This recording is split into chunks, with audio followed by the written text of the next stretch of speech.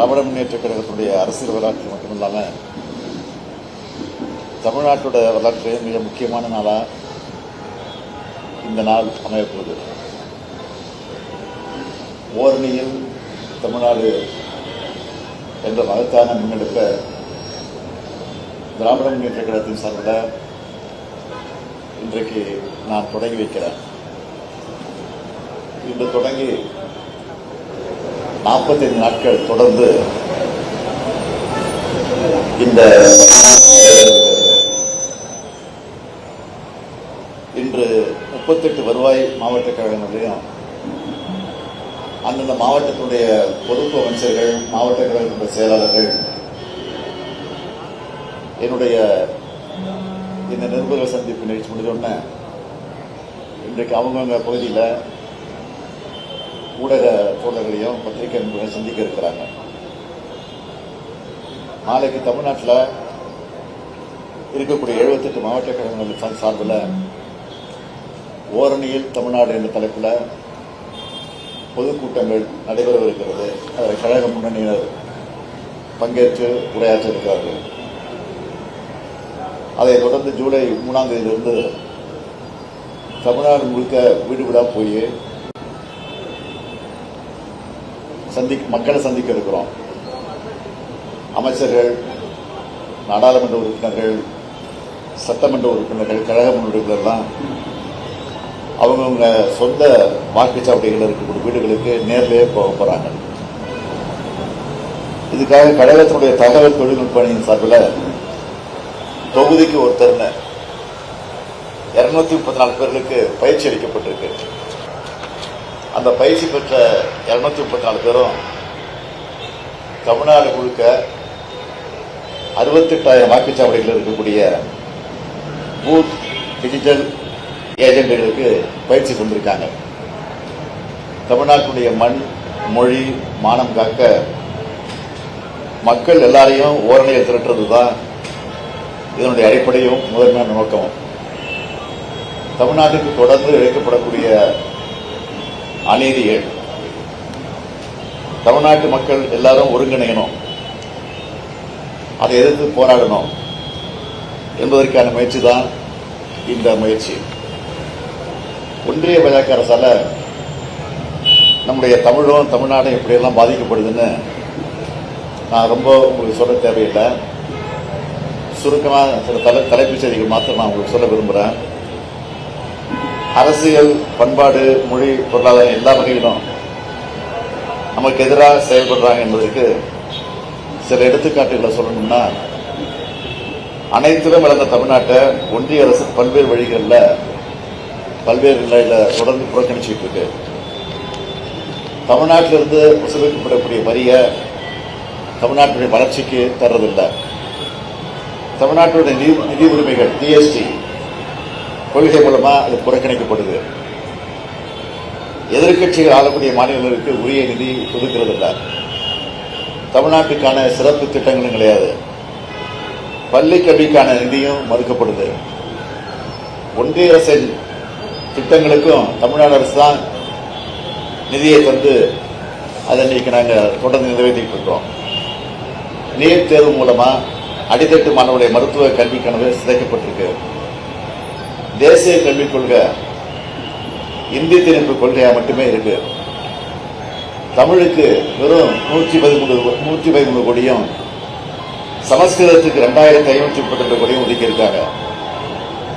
தமிழுடைய வரலாற்று பெருமைக்கு சொல்லக்கூடிய கீழடி அறிக்கையை வெளியிடாம திட்டமிட்டு மறைப்பதற்கான முயற்சியில ஈடுபட்டிருக்கிறாங்க.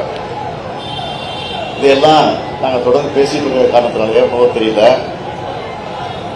தமிழ்நாட்டோட தொகுதி மறுவரை என்ற பேரில் தமிழ்நாட்டோட நாடாளுமன்ற தொகுதியில் கூட எண்ணிக்கையை குறைக்க திட்டம் தீட்டியிருக்காங்க. சொல்லிட்டே போகலாம். ஒரு சிலவற்றை மட்டும் தான் உங்களுக்கு சொல்லியிருக்கிறேன். இதெல்லாம் வெறும் அரசியல் விமர்சனங்கள் மட்டுமல்ல, தமிழ்நாட்டுடைய உரிமை சார்ந்தவைகள். இதெல்லாம் அரசியல் கட்சிகளால் மட்டும் இல்ல, ஒட்டுமொத்த தமிழ்நாட்டு மக்களாலும் எதிர்க்கப்படணும். இது அதுக்காக தான் தமிழ்நாட்டில் இருக்கக்கூடிய எல்லா வீட்டுக்கும் போய், அது ஆளுங்கட்சி எதிர்கட்சின்னு பார்க்காம எல்லா வீட்டுக்கும் போய் மக்கள் எல்லாரையும் சந்திக்க போறோம். அப்பதான் திராவிட முன்னேற்ற கழகத்தில் இணைய விரும்புறவங்க இணையலாம். திமுகவில் சேர ஆர்வம் இருக்கிறவங்க செயலி மற்றும் நேரடி படிவம் மூலம் பதிவு செய்யப்படுவாங்க. மேலோட்டமா பார்த்தா திமுக தனக்கான உறுப்பினரை சேர்க்குதுன்னு உங்கள சேர்ந்து கூட நினைக்கலாம். ஆனா உண்மையான நோக்கம் என்னன்னா, கட்சி எல்லைகளை தாண்டி தமிழ்நாட்டுடைய நலனுக்காக தமிழ்நாடு ஒன்றுபட்டு நிற்கிறப்போ எந்த சக்தியாலும் நம்ம வீழ்த்த முடியாதுன்னு காட்டியாகணும். பாஜகவுடைய அரசியல் படையெடுப்ப, பண்பாட்டு படையெடுப்ப, தமிழ்நாடு மீது கொடுக்கப்பட்டிருக்கும் பொருளாதார போரை எதிர்கொள்ள நெஞ்சுரம் உள்ள அரசியல் சக்தி தேவை.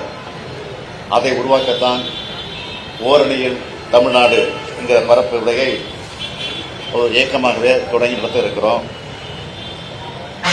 என்பதை நான் உங்களுக்கு தெரிவித்துக் கொள்கிறேன்.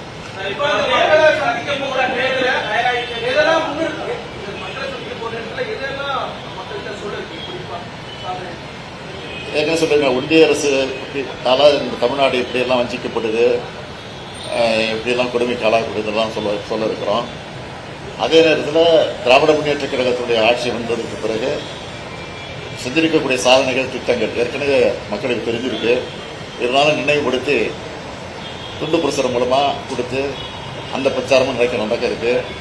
அதே நேரத்தில் உறுப்பினர் இருக்கிற அந்த பணி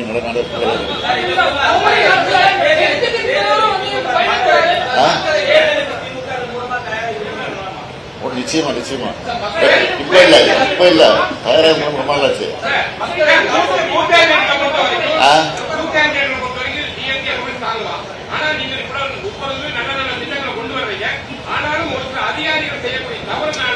சரியான முறையில் உங்களுக்கு தகவல் சரியான பொருளாதார பிரச்சனையே வருது. இப்ப இந்த ஒவ்வொரு விஷயம் வந்து நீங்க மக்களுக்காக நல்ல திட்டங்கள் கொண்டு வரும் பொழுது அதை தடுப்பு அதிகாரிகள் தவறு செய்யறாங்க. என்ன தவறு செய்யறாங்க? இல்ல வந்து இந்த இலங்கை நாட்டை மாதிரி கொண்டு வந்துருக்கலாம். ஏன்னா முன்னாடி வந்து ஆக்ஷன் எடுத்துட்டுமே வந்து எப்ப தகவல் பொறுத்த வரைக்கும் 2 நாள் கழிச்சு தான் நடவடிக்கை எடுக்கிறாங்க. அந்த உடனே வந்து ஒரு எஃப்ஐஆர் போட்டதுனால உங்களுக்கு பிரச்சனை இல்லாம இருக்கும். தகவல் தெரிஞ்ச உடனே நடவடிக்கை எடுத்தாச்சு, கைது பண்ணியாச்சு. இன்னைக்கு கூட மேலே நடவடிக்கை எடுத்திருக்கிறோம்.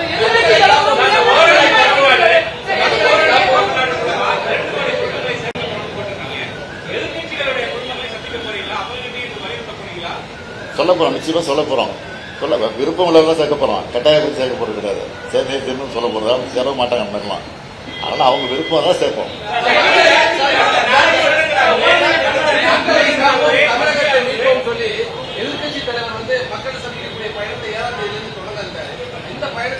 அவர் இப்பதான் மக்களை சந்திக்க போறாரு. இப்பதான் மக்களை சந்திக்க போறாரு.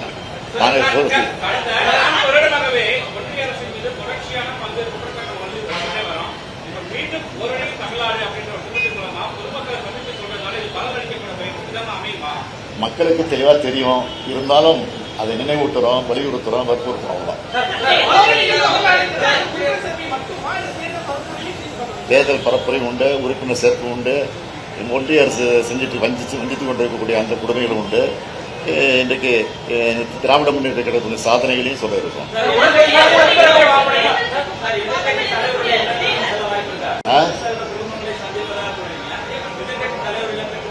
எதிர்கட்சி புரியல.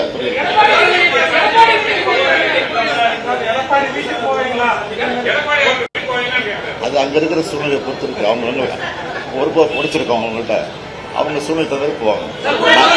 நான் அந்த பகுதியில் தான் நிச்சயம் போவேன்.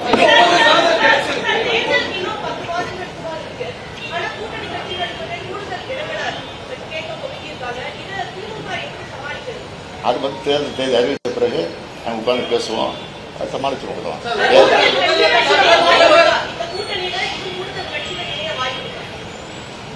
இப்ப இருக்கிற சூழ்நிலையை பொறுத்த வரைக்கும் வருவதற்கு வாய்ப்பு இருக்கு.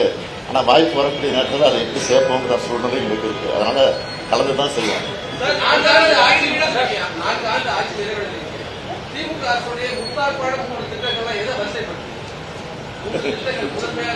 எல்லாத்தையும் வரிசைப்படுத்தலாம். அதான் நீ கேட்டங்கிறத உங்களுக்கு சொல்லிடுறேன். காலை உணவு திட்டம் அது தேர்தல் வாக்குறுதல் கிடையாது இல்லையா? அதை நிறைவேற்றிருக்கோம். மகளிர் உரிமை திட்டம் அது தேர்தல் வாக்குறுதி இருக்கு. அதை வந்து கிட்டத்தட்ட 60% நிறைவேற்றிட்டோம். இன்னும் ஒரு 20% மிச்சம் இருக்கு. அதையும் விட்டு போனதாகும். அது அவங்க தவறா படிவத்தை பூர்த்தி பண்ணாமல் தவற விட்டுட்டாங்க. அதை சில தப்பா பதிவு பண்ணியிருக்கிறாங்க. அதெல்லாம் திருத்தி அதுக்கு ஒரு முகாம் போட்டு அதுவும் செப்டம்பர் மாதம் கொடுக்க போகிறோம். அதனால அது ஒரு திட்டம், அது பெரிய திட்டம். பேருந்து இலவச பயணம், இது கட்டணம் இல்லா பயணம் பண்ணுறாங்கல்ல, அது ஒரு பெரிய திட்டம்.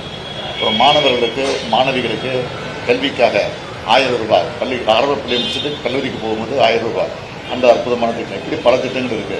எதை சொல்றது எதை பண்றது தெரியல. போவோம், வாய்ப்பு கிடைக்குமா போவேன்.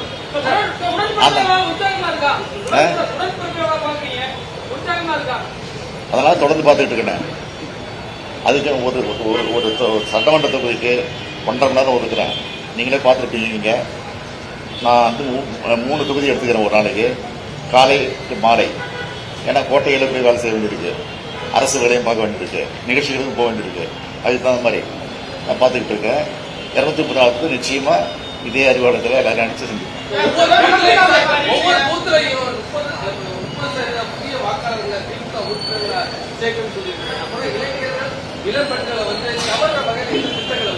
என்னங்க 30% திமுக உறுப்பினர்கள் வந்து ஒவ்வொரு வாக்குச்சாவடிகளையும் வாக்காளர்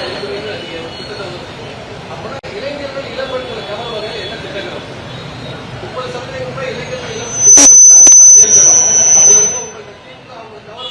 நான் முதல்ல திட்டத்தை வந்திருக்கிறோம். அந்த திட்டத்தின் மூலமா பயிற்சி கொடுத்து அவங்களெல்லாம் இன்னைக்கு கூட ஒரு நிகழ்ச்சி முடிச்சுட்டு வந்திருக்கு, பெரிய நிகழ்ச்சி முடிச்சுட்டு வந்திருக்கிறோம். கிட்டத்தட்ட 20 லட்சம் பேரா 40 லட்சம் பேருக்கு பயிற்சி கொடுத்துருக்கிறோம். 3 லட்சம் பேருக்கு அதில் வேலை வாய்ப்பு கிடைச்சிருக்கு. எல்லாரும் 20,000 ரூபா, 1 லட்சம் ரூபா, 2 லட்சம் ரூபா, 3 லட்சம் ரூபா சம்பளத்தில் வேலை வாய்ப்பு சேர்ந்துருக்கிறாங்க.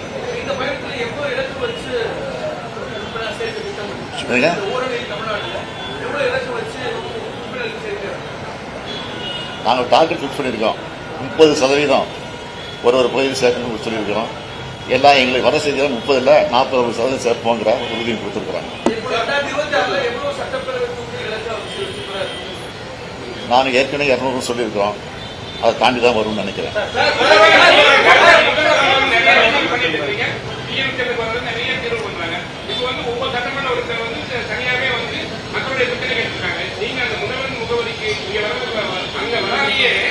அங்கே மாவட்டங்களோடும் மாவட்ட ஆட்சித்தலைவர்கள் வந்து இன்னும் நிறைய கேம்ப் பண்ண நல்லா இருக்கு. ஒரே ஒரு நாள் மட்டும் திங்கட்கிழமை மட்டும் தான் மக்கள் குடியிருப்பு நடக்கிறாங்க.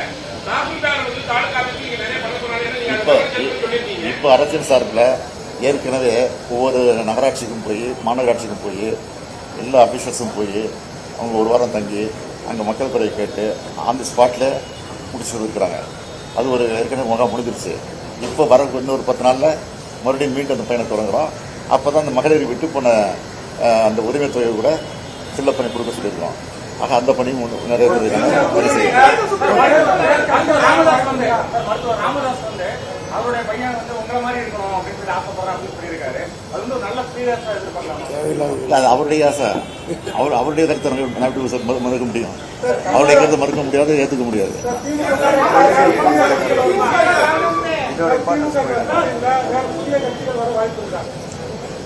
இது வரைக்கும் இல்லை. வந்தா சொல்லுங்க, சொல்லிக்கலாம். வரவேற்பு ஏற்படுத்தக்கூடிய அளவு ஆட்சி அமையும் சொல்லியிருந்தீங்க. 4 நாடுகள் நிறைவடைந்திருக்கு. மக்கள் மனநிலை எப்படி இருக்கு சார்? இந்த உரிமை தொகை இருக்க டிஎம்கே மட்டும் வாங்கல, டிஎம்கே மட்டும் வாங்கல, எல்லா கட்சியும் இருக்கிற மக்கள் வாங்கிட்டு இருக்கிறாங்க. அதான் அப்பயே நான் சொன்னேன், பதவி எதுக்கு போன நாளே சொன்னேன். இந்த ஆட்சி வந்து வாக்களித்தவர்கள் பெருமைப்படணும். வாக்களிக்க தவறுகள் இப்படிப்பட்ட கட்சிக்கு நம்ம வாக்களிக்காமல் போயிட்டோமே அப்படின்னு வருத்தப்படணும். அந்த மாதிரி சூழ்நிலை ஆட்சி நடத்தும்னு சொன்னேன். அதை நடத்திட்டு இருக்கிறேன்.